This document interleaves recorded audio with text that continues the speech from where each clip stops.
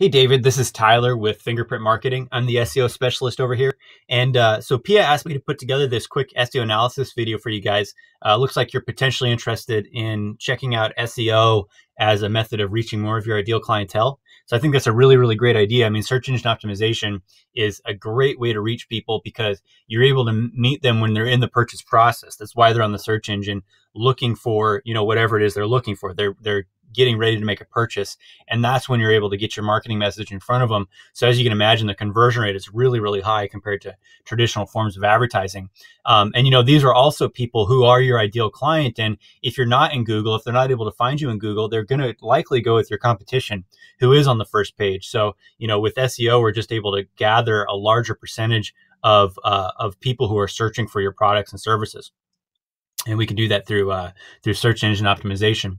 So the very first part of the SEO process is identifying what we actually intend to rank for, identifying keywords. And the keywords that we want to rank for need to meet three very specific criteria. The first criteria is that they need to have buyer intent, meaning when your ideal client types this search phrase into the search engine, they're looking to make a purchase.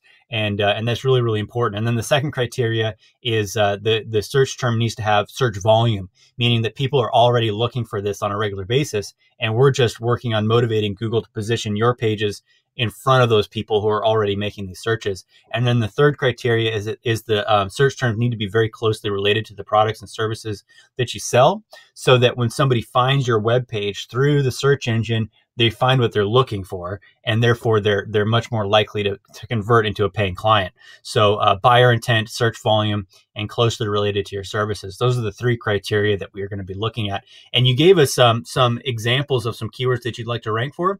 So what we do in the beginning of the project is use that keyword data to do our own keyword research. And there's a lot of tools and methods that we can use to do this, but we'd be identifying all the various ways that your ideal client is looking for you.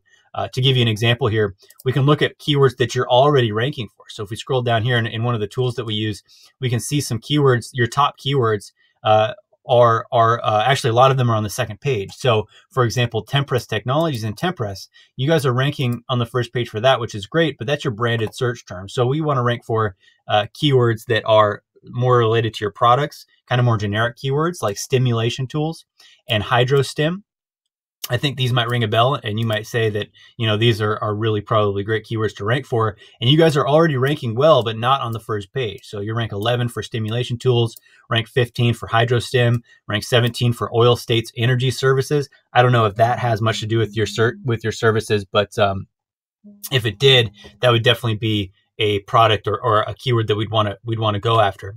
And then we'd also use the Google search engine. So if we go over here to the Google search engine, I type in the word wellbore clean, and then I add a little space there, we can get some ideas of search phrases that Google knows people are looking for and suggests to me that I might be searching for. So these are search suggestions, meaning Google knows people are already looking for this stuff. So wellbore cleanout tools, wellbore cleaning, wellbore cleanup tools, cleaning procedure, that probably wouldn't be a good one. That doesn't have buyer intent. Clean out services, that might be a good one. I don't know if you guys are offering services, but I know tools would definitely be a prime keyword to go after. So let's go ahead and just pick one of these, and I'll show you what it's going to take to get ranked. So let's say that our top keyword that we want to rank for, and we'd be targeting multiple in the project, but let's say our top keyword is wellbore cleanup tools. And as you can see, you guys are not currently represented on the first page for this keyword. So what would it actually take to get here? And I'll tell you, it's actually a lot simpler and more straightforward than you might think. A lot of SEO companies make SEO out to be a lot more complex than it actually is. It basically just comes down to two factors. Google really just looks at two things when it's determining what to rank where in the search engine. The first thing that Google's going to look at is relevance. Google crawls every page on the internet and is trying to determine what that page is about. And if Google can really clearly and easily understand what your page is about and match it to a search term that somebody's actually typing in, you've got a really great chance of ranking for that search term. So let's say, for example, here, let's just pretend that our target search term is 1997 Ford Ranger for sale. Google's going to have three basically Google's going to have thousands of potential results that could show for that keyword. It's going to break them all down into basically 3 categories. The first category are search results that are exactly about the search term. So Google reads that page and is able to say, okay, this page is exactly about 1997 Ford Ranger for sale. These pages in category number 1 have the highest likelihood of ranking on the first page for the target keyword. Then we've got category number 2, which are pages that Google can determine are very, very closely related to the search term, but not exact. But these pages still will typically rank really, really well. And then we've got category number 3, which are pages that are not about the search term, but just simply mention it. And these pages are very unlikely to rank on the first page of Google. So in category number 1, we've got carsforsale.com. They've got a page called 1997 Ford Ranger for sale. It's exactly the same. Car Guru says used Ford Ranger for sale. It's very, very close. And then Chuck's Truck Accessories has a page called used tops and lids, which talks about truck parts for sale that fit 1997 Ford Rangers. So it at least mentions the search term, but is not about it. Very unlikely to rank. So what I'm trying to get at here is that if you want to rank on the first page for wellbore cleanup tools, you have to have a page about wellbore cleanup tools. And we can actually check this right here. So what I'm going to do is copy that, and we'll do a special kind of search. Site colon, and then we'll add the keyword at the end. And so the best page that Google's able to find for the term wellbore cleanup tools, and you may think for in your own mind, like, wow, I know that we offer, we're selling wellbore cleanup tools. I know that's something that we do, but Google doesn't know that. You see here, the best thing that they've got is Tempress Technologies Jet Rotor. Jet Rotor, to you, it might be the same thing as a wellbore cleanup tool, but to Google, it's not. It's 2 completely different things. So at the very, very best, you would be category number 3, if that even, for this keyword, because Google's saying here that they can't even find the word cleanup on this page. And, that might actually not be the best word, because I know you said clean out, but I mean, it's really all the same. It doesn't matter what the keyword is. So now we've got a little bit better. So now they've got the page acoustic tools. Again, that's not about wellbore cleanout tools. It's about acoustic tools. Totally different thing as far as Google is concerned. So as far as Google knows, you guys do not offer wellbore cleanout tools, which means you're not going to be able to rank for that search term. And if we go back over here to the search results page, whoops, didn't mean to click that. You can see really quickly that what I'm saying is true. If we look at the titles of each of these pages and the URLs and the descriptions, without even clicking through to the rest of the page, it's not hard to tell that these pages are exactly about our keyword, wellbore cleanup tools. We've got wellbore cleanup, and then it has tools right there. Wellbore cleanup tools is the exact keyword. That's category number 1. Bilco tools, products, wellbore cleanup tools, wellbore cleanup tools, wellbore cleaning services, wellbore clean out tools, wellbore cleanup tools.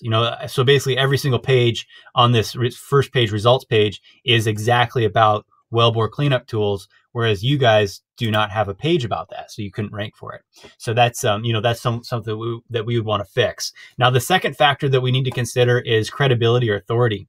Google's going to categorize each of its relevant pages based on how credible they are. So, Google has 134,000 potential results here. It's going to try to rank in the top, the most credible of those relevant results. So let me just kind of show you how this works. Google determines credibility by who is linking to the page. So if you imagine this is the page on your site, and these are credible sites. Google already knows these sites are credible, like Forbes and Wikipedia. There's tens of thousands of trusted, credible websites out there. Whoever these credible sites are linking to, those sites are going to be, Google's going to determine that those sites are credible as well. So basically hyperlinks pass either positive or negative trust signals. So if there was an article on Forbes about wellbore cleanout tools, and in that article it linked over to you guys, Google would be able to determine that you guys are a credible resource about that. That's kind of how that works. So we can take a look at how many credible links you guys have. The more credible links that you have in general, the better you're going to rank in Google. So let's just go up here, go to your backlink profile overview, or actually I can see it right here. So we've got a total of 38 referring domains. That's 38 other websites that are linking to you guys. And we can kind of get an idea of who those sites are here. If we go to backlinks, referring domains. So we've got Yellow Pages, local.yahoo.com, King5, looks like a news article. Fuel Fix, probably like a energy-based blog of some kind. Design.com. That's an interesting one. So, you've got quite a wide variety of websites linking to you. But what we need to do is take a look at your competition and compare it to your competition, because if they've got way more than you guys have, then they're going to have a lot more credibility. So we want to make sure that you guys are at least in line with the competition here. So Baker Hughes, see, they've got 6.5 thousand referring domains compared to your guys' 38. So there's quite a big gap there. And we don't necessarily need to have 6.5 thousand, but we at least need to have as many as some of the other guys down here on the first page. And maybe even for longer tail keywords, wellbore cleanup might be a really competitive search term. There could be a lot easier search terms to go after, like wellbore cleaning companies, maybe. I don't know. We'd have to do the keyword research. That's going to be the first thing we do in the project, is that keyword research to find low-hanging fruit and long-tail keywords, and all the various ways that we can target people in Google and the Google search engine. So anyway, David, I hope this video has been really helpful for you. I hope you've learned quite a bit. And if you have any questions, definitely feel free to reach out. I'm more than happy to answer them for you. All right, I'll talk to you later. Thanks.